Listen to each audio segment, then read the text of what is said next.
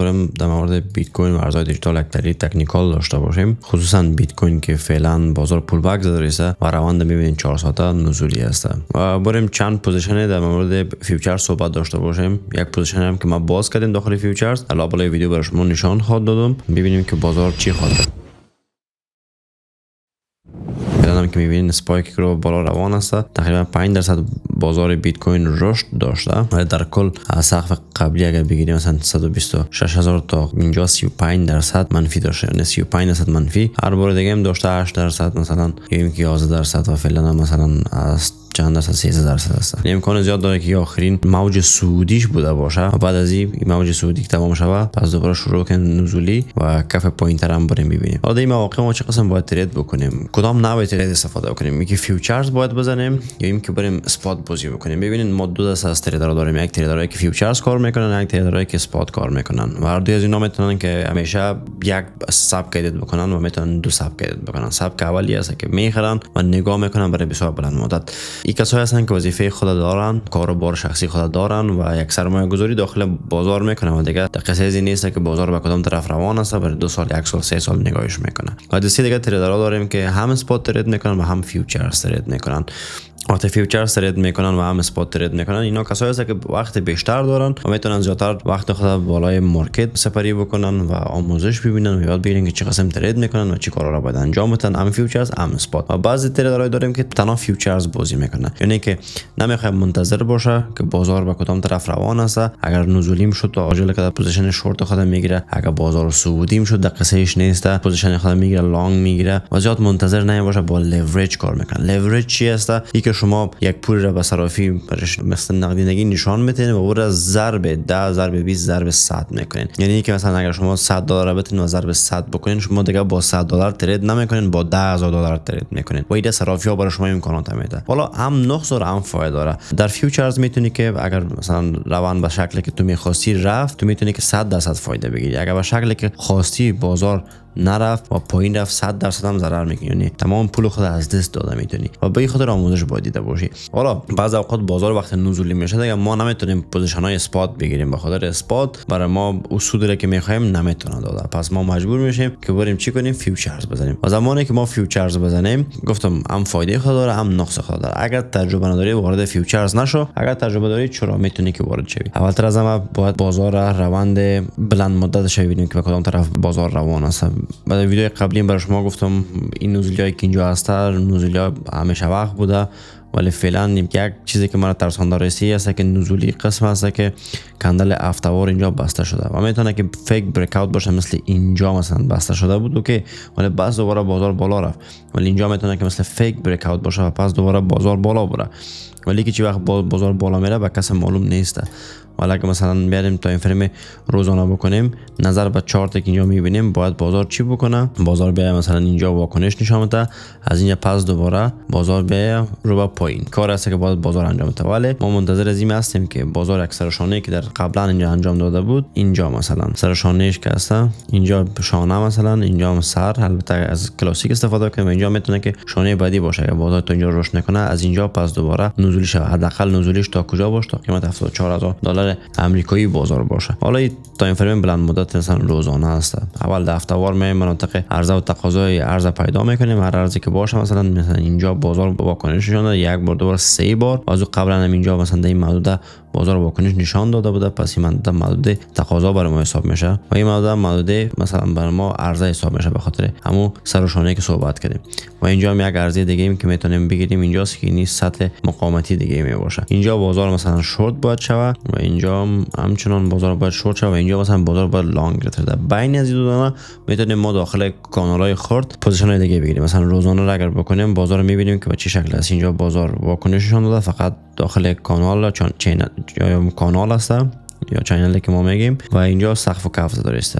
مثلا اینجا استاپ هندر میشه، ولی مثلا باید متوجه باشیم اینجا بازار بود که یک بارگی بازار یک دفعه سقوط کرد و اینجا نرسیده به این میبینیم که بازار صعودی شده است. و زیادتر اوقات بازار وقتی یک جای منطقه تقاضای قوی داره، اکثر اوقات میرسه به اینجا، پس دوباره اینجا تا یک فیک بریک اوت هم بکنه و بعدش شروع بکنه بالا رفتن. این کارا انجام میشه. ولی مثلا ما توی که فیوچرز میزنیم، برای ما تو 2% 1% هم مهم است. مثلا اگر لورج 100 بگیری، بازار 1%، اگر لانگ بگیری 1% بالا بره تو 100% فایده میکنی. هر قدر پولی که مونده بودی را 100%ش فایده میکنی. اگر بازار 1% پایین رفت 100% ضرر میکنی. پس برای ما 1% خیلی مهم است. که مثلا ما منتظر از اینجا باشیم تا این مثلا 45% اگر ضرب 100 باشه 4500% بالا میره که ما را فعلا نیاز نداریم و میتونیم که تا این فریم کمتر و کوتاه‌تر بکنیم، زیادتر دقیق‌تر تریدش بکنیم. حالا اگر ببینیم اینجا منطقه نزولی است و اینجا اگر ببینین روان یا ترندی که ما داریم فعلا روان نزولی است. ببین اینجا قشنگ روان نزولی است. یعنی بازار میرسه نزولی، بازار میرسه نزولی میشه. و اینجا اگر روان ببینیم بازم مثلا گفتنی خاص نیست، ولی اینجا مثلا میتونه که بازار واکنش‌های منفی خود بده مثلا به این محدوده. وقتی بازار به این محدوده برسه میتونه که نزولی شه یا اینکه منتظر باشه تا این اندازه، یعنی هی بالا هی پایین هی بالا هی پایین تا قیمت 93000 برسه از اینجا یا بریزه یا اینکه بالا حرکت بکنه. اگر بالا حرکت بکنه اول باید این سطح ها رو بشکنه 96000 یاره تا 98000 میتونه که بازار بالا بره تا 110000 در غیر صورت اداره سخت است. پس ما 30 دقیقه میکنیم. وقتی زمانی که 30 دقیقه میکنین شما بازار شما چند چیز میبینین.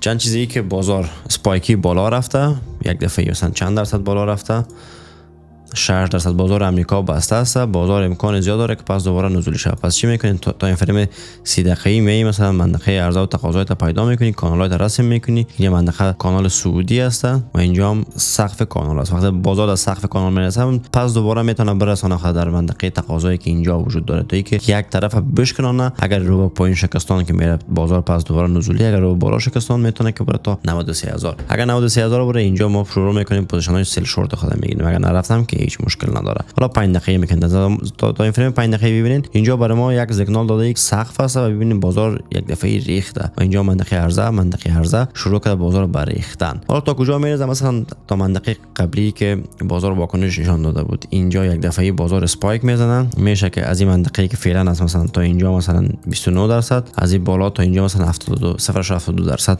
هست و ما اینجا یک پوزیشن شورت گرفتیم تا به این اندازه را پوزیشن شورت گرفتیم. اینجا ببینین این شکل شما داخل صرافی وکس هم میتونید که از تریدینگ ویو استفاده کنید. تمام کارهایش داره. یعنی اگه شما پیسه ندارین که بتین بهترین چیزی است که میتونید شما این کارا انجام بدین داخل صرافی وکس. لینک صرافی در پایین است، میتونید که برین ثبت نام کنید. اگه فیوچرز میخواین در اروپا و آمریکا داشته باشین فیس کمتر بتین اینجا هست. میتونید از استفاده کنید که میخوام استفاده میکنم. اینجا ببینین بازار منطقه بود که من ورود زدم، استاپ لاس من مثلا گذاشتم پشت سر از این میگذارم و فعلا هم منتظر هستم که بازار پایین اینجا تی پی مرا بزنه. 0.5 دانه بیت کوین ما شورت کردیم فعلا.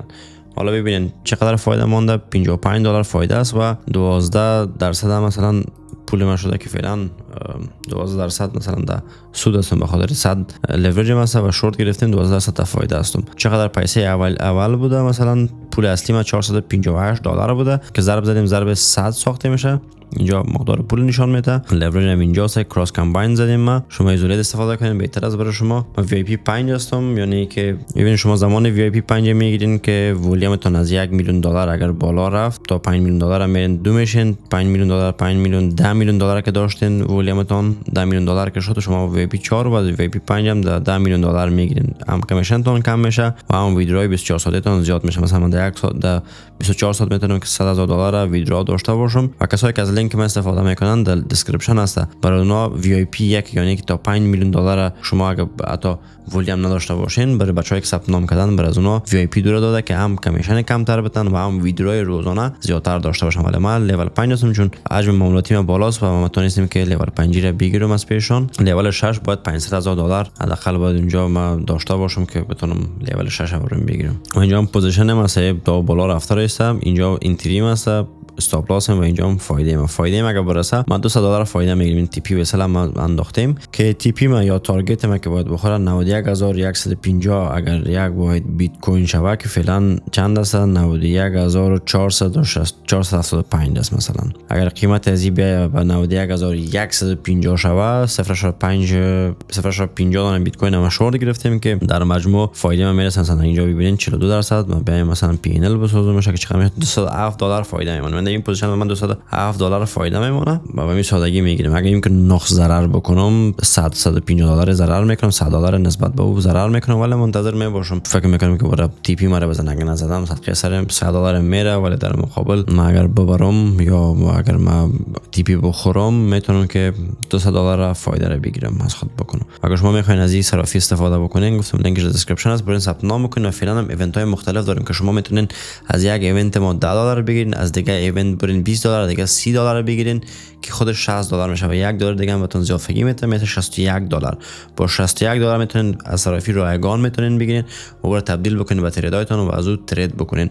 و اگر خواستین لینکاشون در دیسکریپشن هست برین حتما ثبت نام بکنین و این پولای رایگان از آن خود بکنین که یکی دیگه هم از 100 دلار برای شما میتونین که 100 دلار هم از آن خود بکنین که 160 دلار میشه.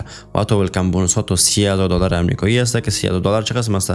اگر برای 30000 دلار میته نوشته است که 100x یعنی ضرب 100 کرده، یعنی 30 دلار ضرب 100 میکنه که میشه 30000 دلار مثال میتون برید و اون 30000 دلار بر تو پوزیشنش میته، یعنی در کل 30 دلار است ولی ضرب x مثلا 100 است از خاطر 3000 دلار شده. با 3000 دلار تو میتونی پوزیشن لانگ یا شورت بگیری. اگر 100% فایده کردی 30 دلار فایده میشه، اگر 100% ضرر کردیم پیسه صرافی اینجا میره و این کار است که شما میتونین انجام بدین.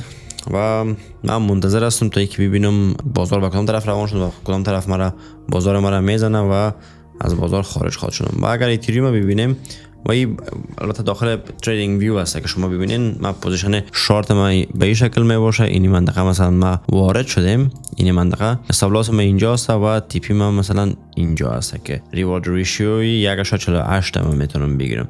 اگر فایده بکنم فایده میرسه به 200 دلار، اگر ضرر بکنم 140 150 دلار ما ضرر خواهد کردم.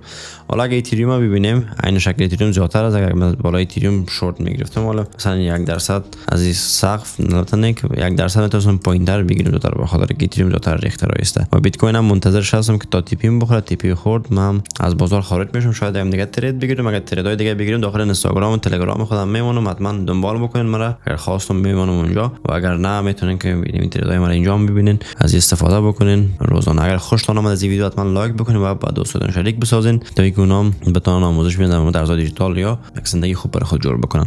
و همچنین اگر شما هیچ نمیفهمید در مورد تریدینگ، در مورد ارزهای دیجیتال، در مورد هیچ چیز نمیفهمید، شما را دعوت میکنم داخل پلیلیست 0 تا 100 که اونجا برای شما آموزش میده چگونه ترید بکنین، یاد بگیرین از 0 تا 100 چگونه می باشه. و یک جای دیگه هست که برای شما تحلیل تکنیکال در یک ویدیو آموزش دادیم که لینک ویدیو رو در بالا براتون گذاشتیم، میتونین که برین ببینین. و فقط پرایس اکشن به سبک سنون 016 4 ساعت یک ویدیو است، یک ویدیو رو یاد بگیری میتونی که این تحلیلای من مکمل یاد بفهمی که من در مورد چی صحبت میکنم، چرا روند پایین رفت، چرا بالا رفت، چرا این رفت، چه وقت پوزیشن شورت بگیرم، چه وقت پوزیشن لانگ بگیرم، چی بکنم چی نکنم، چرا وقت قیمت پایین میام فایده میکنم، چرا بالا میرم نقص میکنم. اینا تمامش داخل 4 ساعت ویدیو گفتیم.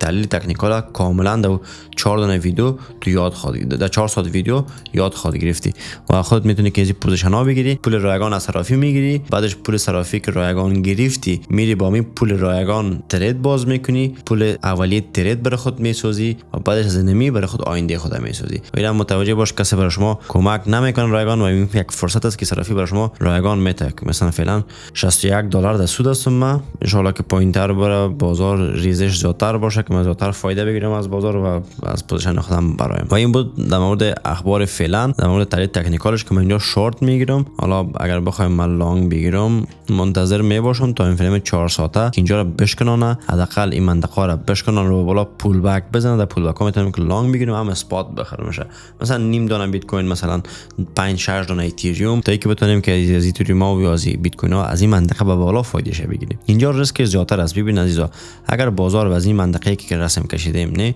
یک دفعه به پایین دوباره پول بک بزنه، اولین جایی که من بازار پس دوباره 85000 می باشه، پس دوباره پول بک دومین جایی که میرسونه خاطر میتونه قیمت 81000 به این مناطق باشه.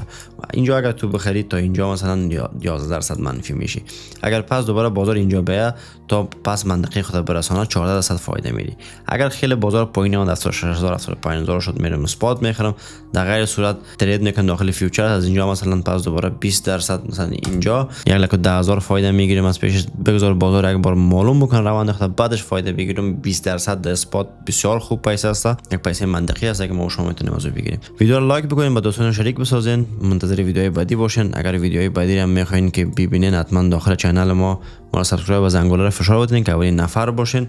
و در مورد هر ارزی که میخواین معلومات داشته باشین برای من در کامنت بنویسید، ما در ویدیوهای بعدی حتما در موردش من ویدیو خود ساختم و همچنان وقتی پوزیشن واقعی مثلا $60 بود، $40 میشه، $50 میشه، $20 میشه، شما استاپ لاس و تی پی تون گذاشتین، تک پروفیت گذاشتین، علاج بکنین، پس برین 2 ساعت و 3 ساعت بعد یا تی پی تون خورده یا این که استاپ لاس تون خورده که استاپ فورگت بکنین، نه که هر داخل چارت بشینین برای شما زیادتر استرس میده. شب روز خوب خوش داشته باشین. الله نگهدار همه شما.